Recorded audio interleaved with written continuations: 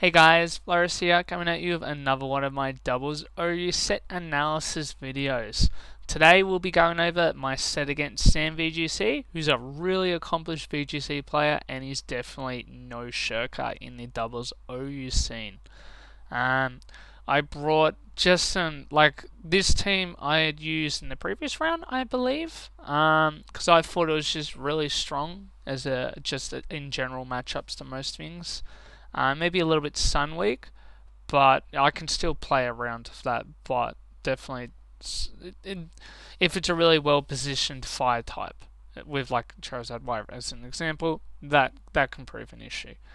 Um, but the matchup he actually brought was a pretty hyper offensive team. You've got the Deoxys attack Tapu Lele spam core, which is really strong because Deoxys like Psycho Boost, yeah, in Psychic Terrain one shots so many things. If you don't resist Psychic, you're basically dying to that hit. It's that strong.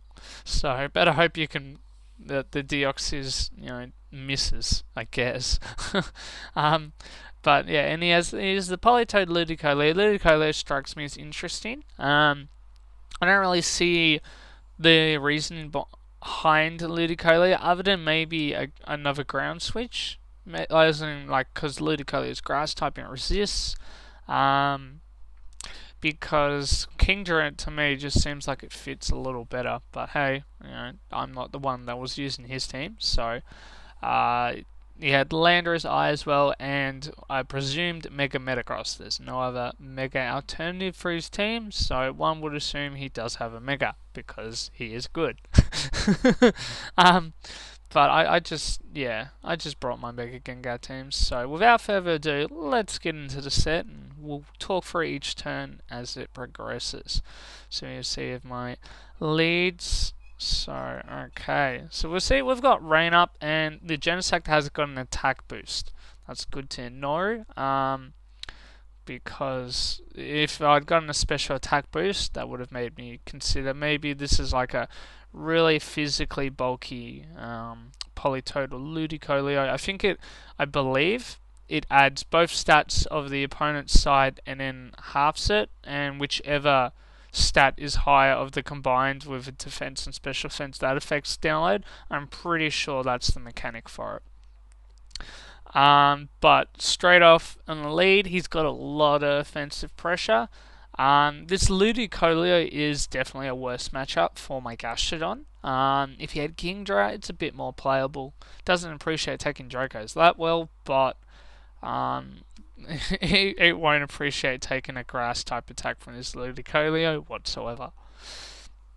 So, in terms of a lead, I don't really want to lose my Mega Gengar straight up because it hits really well for his team, and if I can sort of lock things in, so like say this sort of position, like if I could lock Genesect in against practically all of his team but the sort of rain mode, Genesect does really fantastic. So I think I'm gonna my play would probably be protect Mega Gengar. It's pretty safe. It can't get punished too much.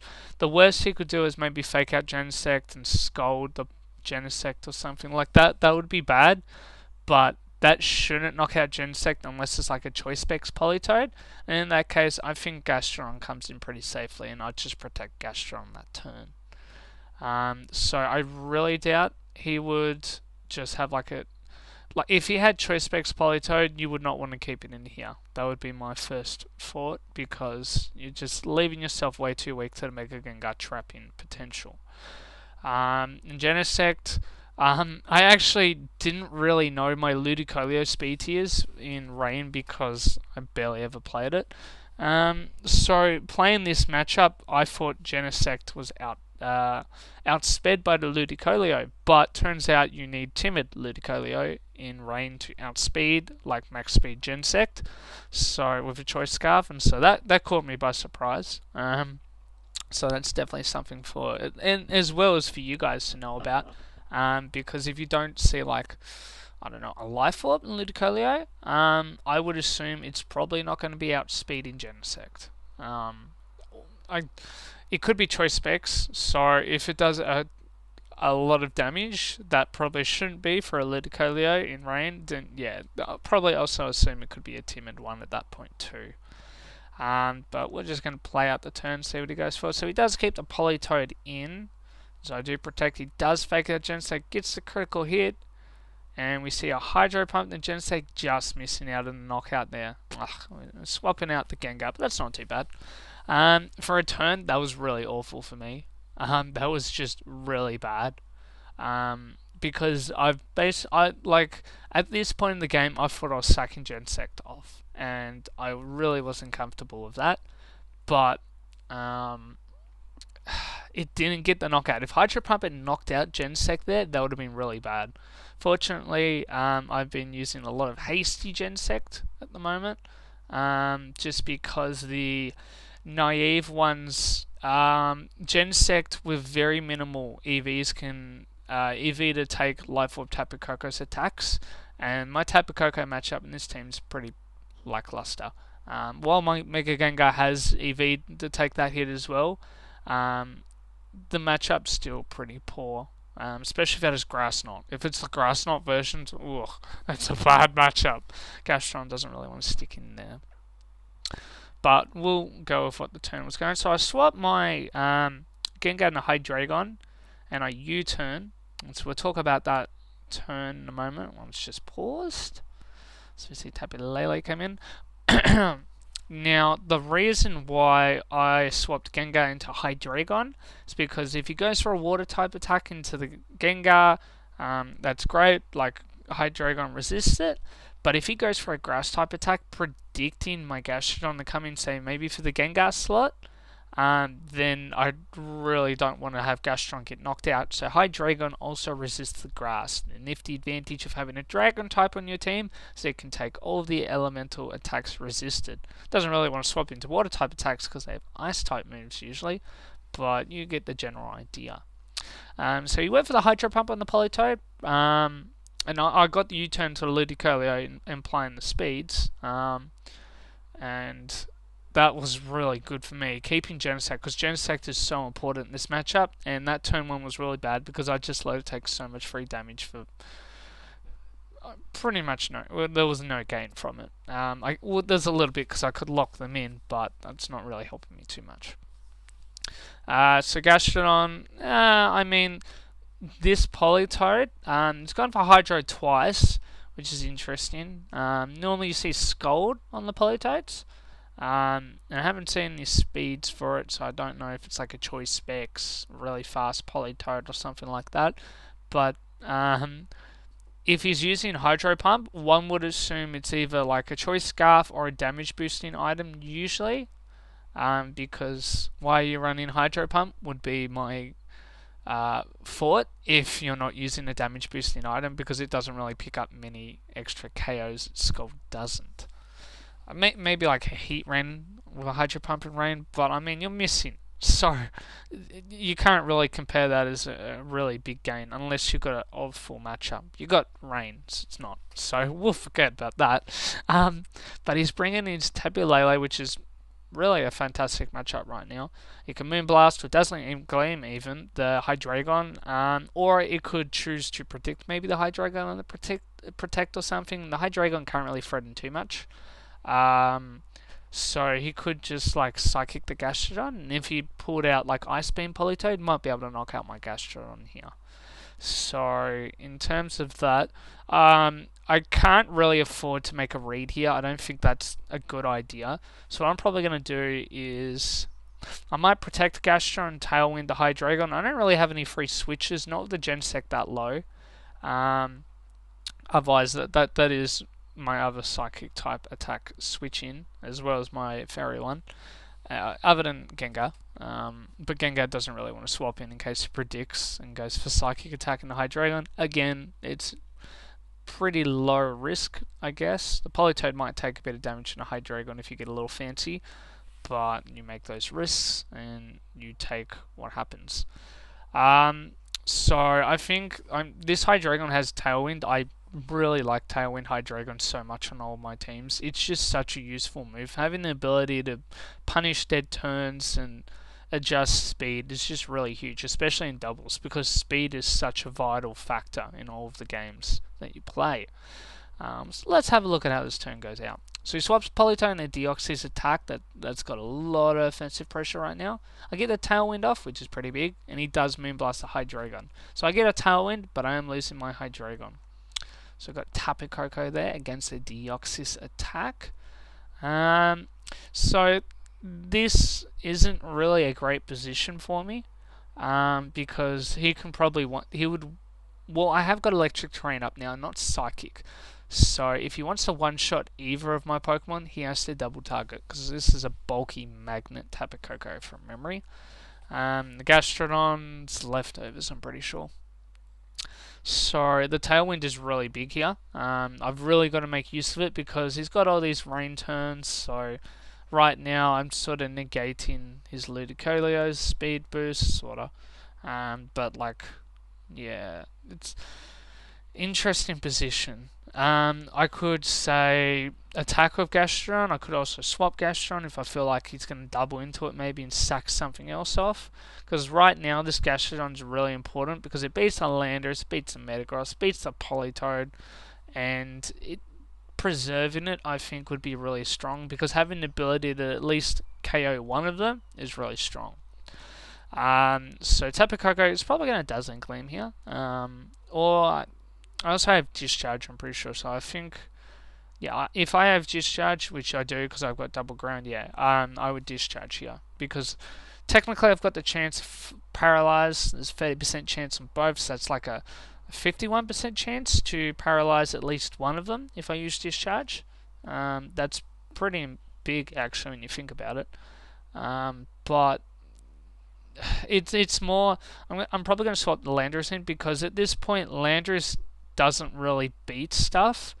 It intimidates the Metagross, I guess, if it's Mega Evolved. But other than that, it doesn't beat anything on his team. Whereas Gastrodon does. So Gastrodon's far more important in this matchup.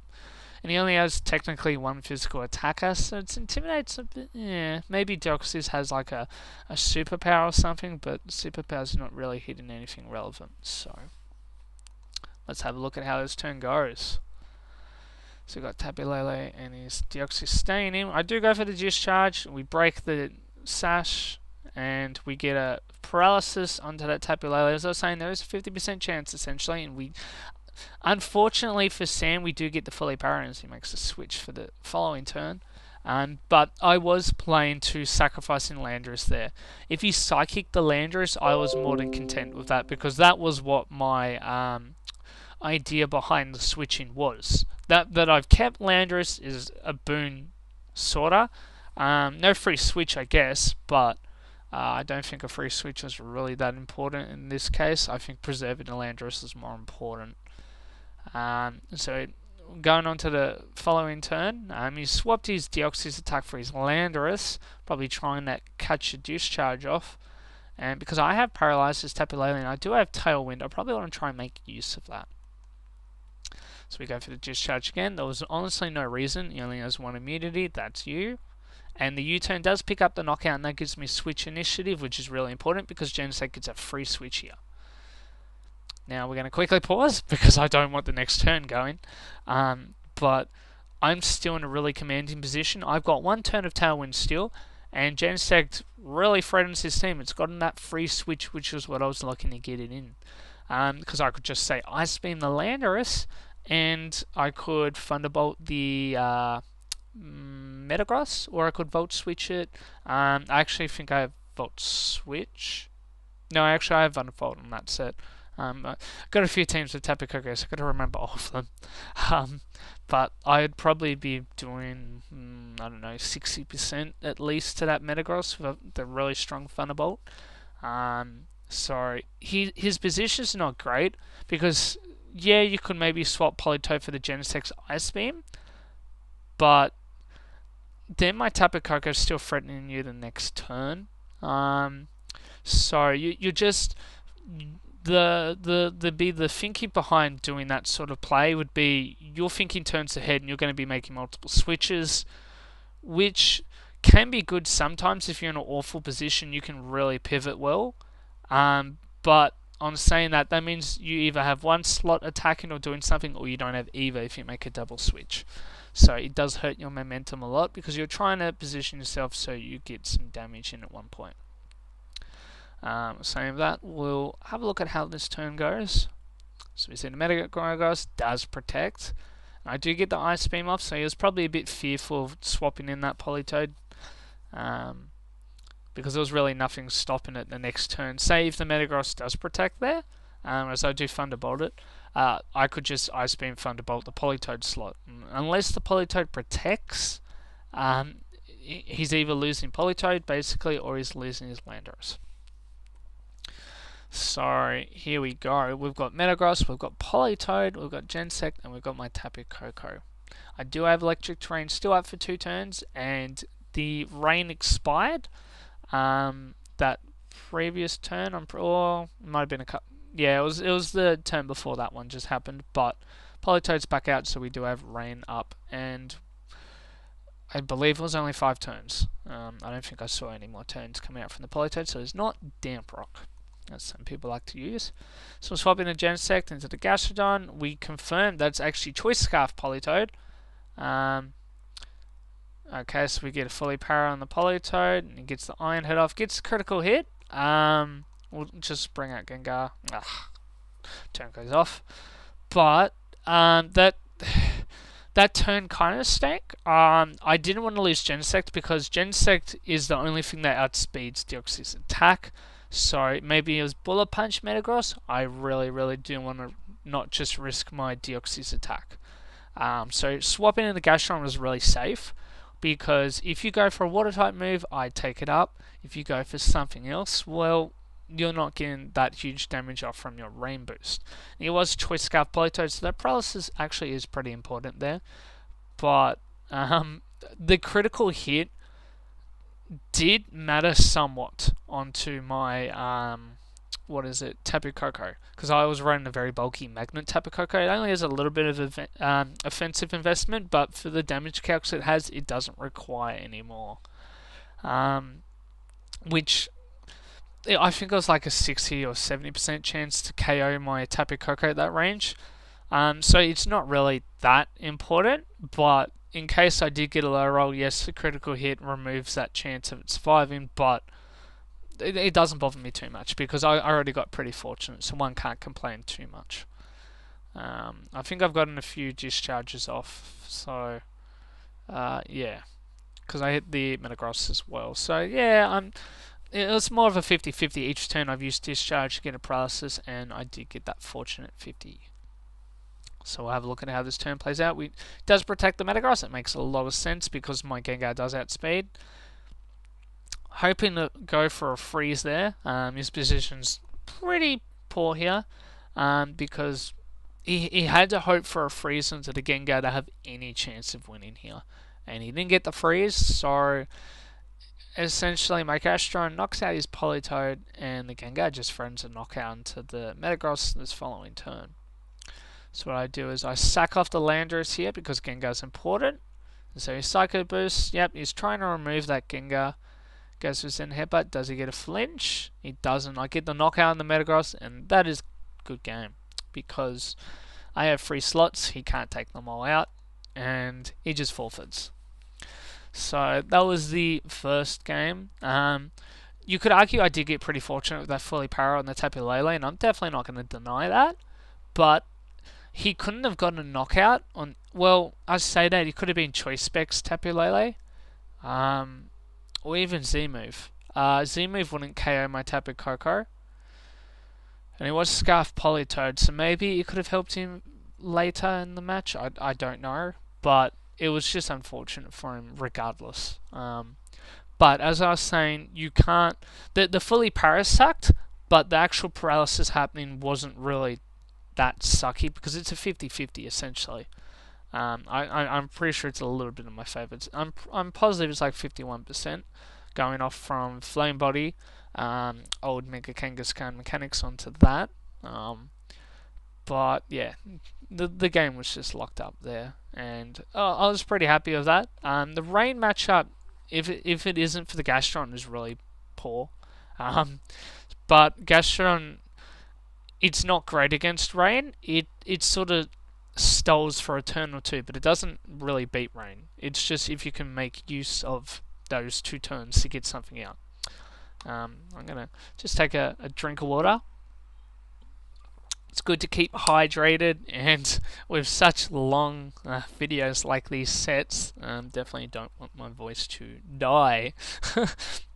But we've got the second game here, and now this is interesting because he did bring a Rain matchup in that last game.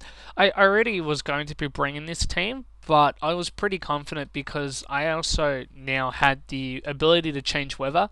I was pretty happy that bringing a sand team I thought would be a good idea. And I still have that Genesect, and this Genesect's cool because even though it has a Tabu Lele, like the shiny Genesect, if it has to be hasty nature, that's the only shiny Genesect legal. I'm pretty sure. Or it was an event, shiny Genesect with extreme speed. Either way, if you want extreme speed, you have to be shiny and have the hasty nature. I don't use extreme speed. I'm using it for it's not it's improving my position, I guess, because if you would assume what that Genesect has is extreme speed, because that's the only reason you would use that shiny, specific Genesect for. It's the only one that gets access to it.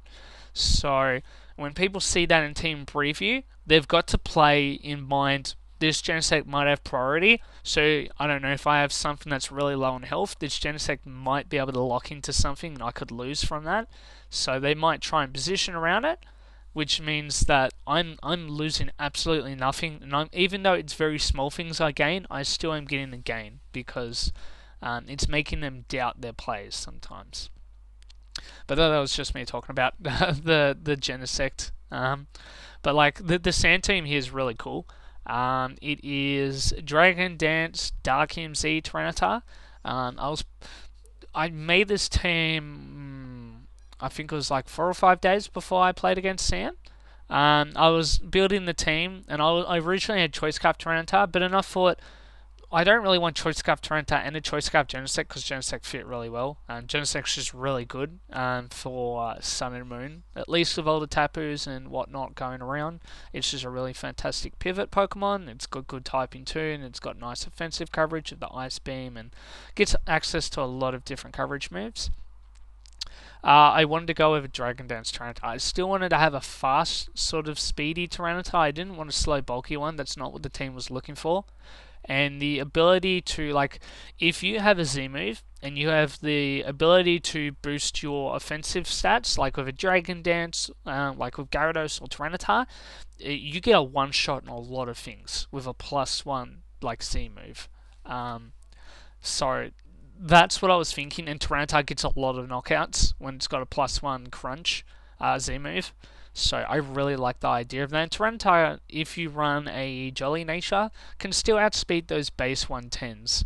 So the Dragon Dance is really nice. And in this matchup, now that he doesn't have a Landorus, I really do like Tyranitar in this matchup. I just need to play around this Conkeldurr and the Rotom. The Jirachi, not really, because unless it's a really fast Jirachi, my Tyranitar speed creeps like the sort of bulkier, slower ones,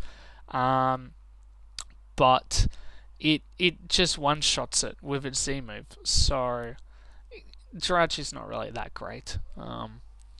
It depends on the position, I guess. But like I'm really happy with this matchup. I've got Salamence, it checks that Conkeldurr, it checks that Volcarona. This Volcarona's got a very awful matchup. The only really good thing it's good against is maybe the Genesect well, definitely the Genesect, but maybe the Rotom. It depends if it's Giga Drain or Bug Buzz. If it's Giga Drain, it has a good matchup against Rotom Wash if it can set up, but this team really won't allow it to set up very easily. If it's Bug Buzz, Rotom sort of beats it. But let's get into the game. I've talked a little bit about the team matchup, so we'll see how it plays in. So he leads Salamence Jirachi, and I lead Salamence Tyranitar. Now we see all the things go off, and we're going to pause it. We see Sand goes up. Obviously, I am running Sandstream Tyranitar. Nerva's bad compared to Sandstream. The weather management just offers you so many options.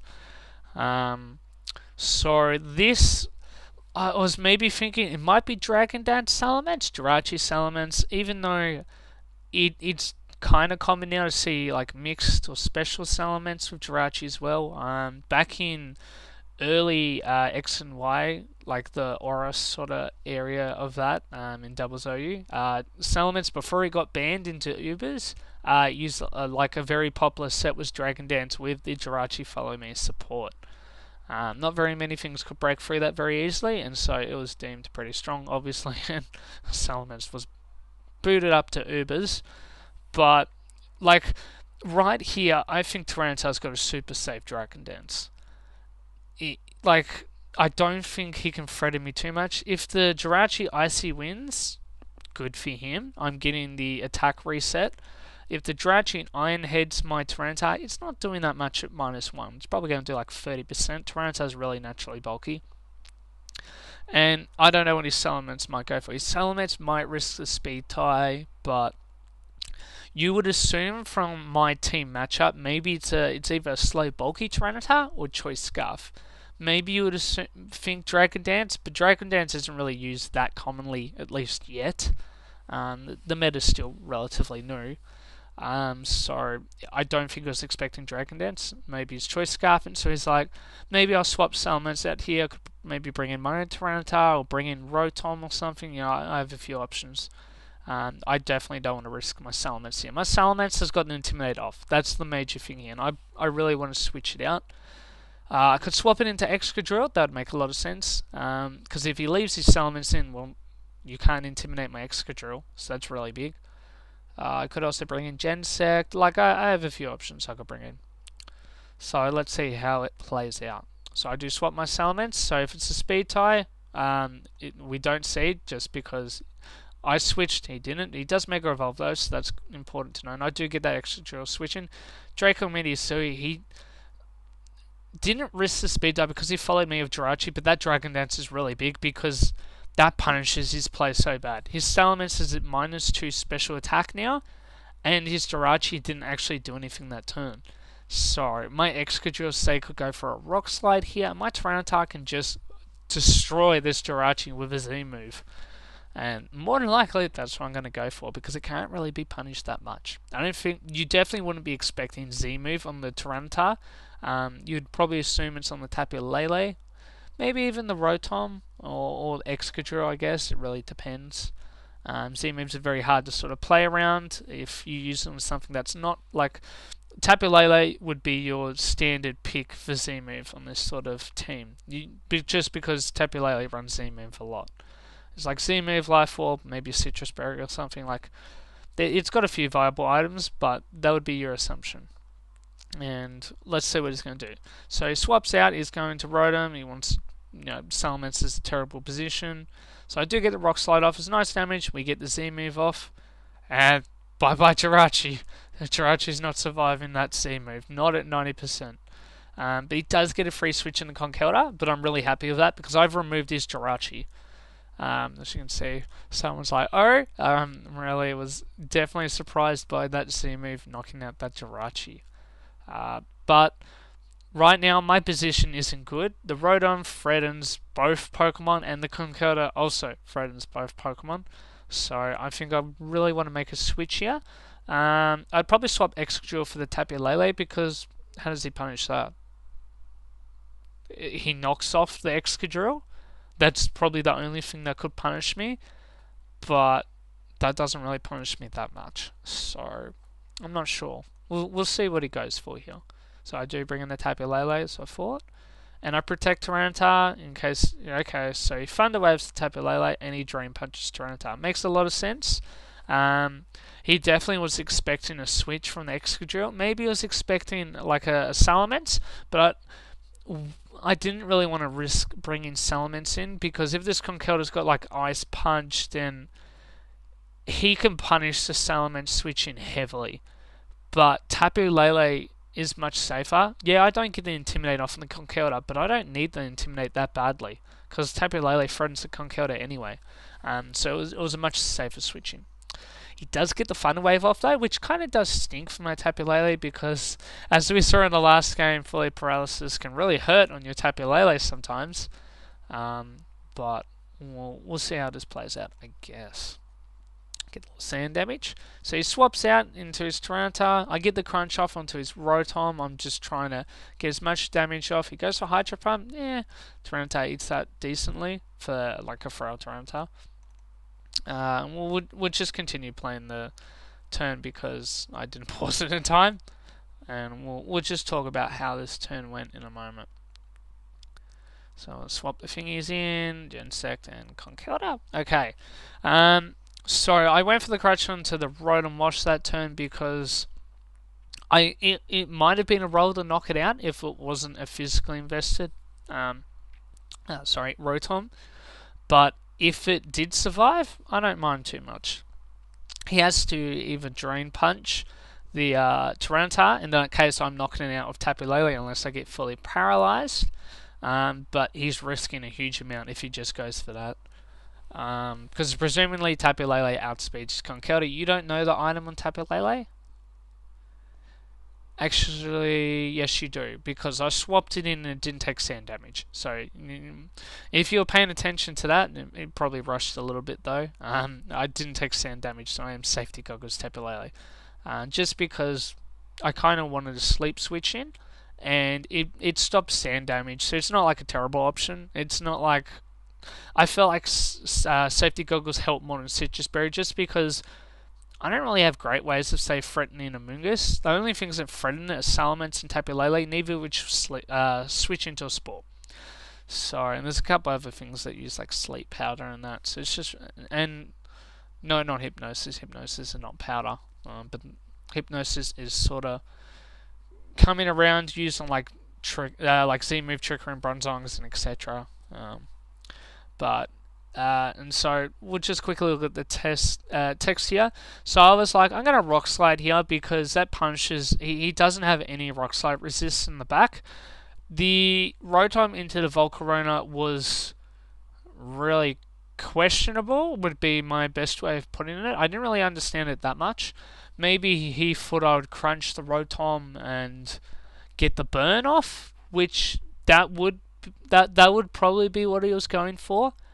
But I didn't really have a reason not to Rock Slide there. I don't know. Maybe I played around that Volcarona option. I don't think I did. I think I was just really surprised to let me get the Rock Slide off onto it switching. But But we do see he was Life Orb Tyranitar, and his Rock Slide does pick up the knockout on mine, and he gets good damage from Tapu Lele. He doesn't flinch, but I do get the Fully Paralysis. But I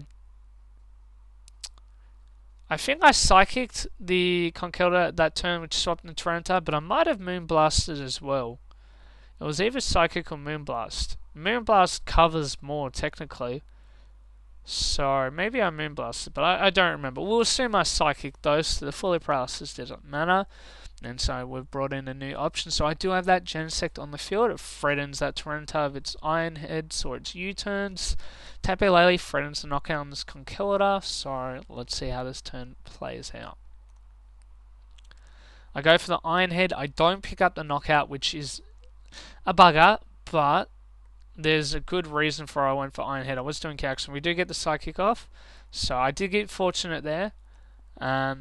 So basically, U-turn didn't put the Tyranitar into Life Orb range, and I was really concerned that like this Tyranitar, I can't really afford for it to be around for too much longer because it threatens a lot of damage to the Life Orb hits. Like you saw, Genesect took 60%, the Tapu Lele took 44%. That's a lot of damage. So the Tyranitar does knock itself out, which is really important. And then we see that the Tapu Lele does get through the paralysis and the flinch, which was really big there, and knocks out the Conkeldurr. The Conkeldurr would have been a massive issue if the Salamence had come in instead of the Rotom, because he threatens the speed tie.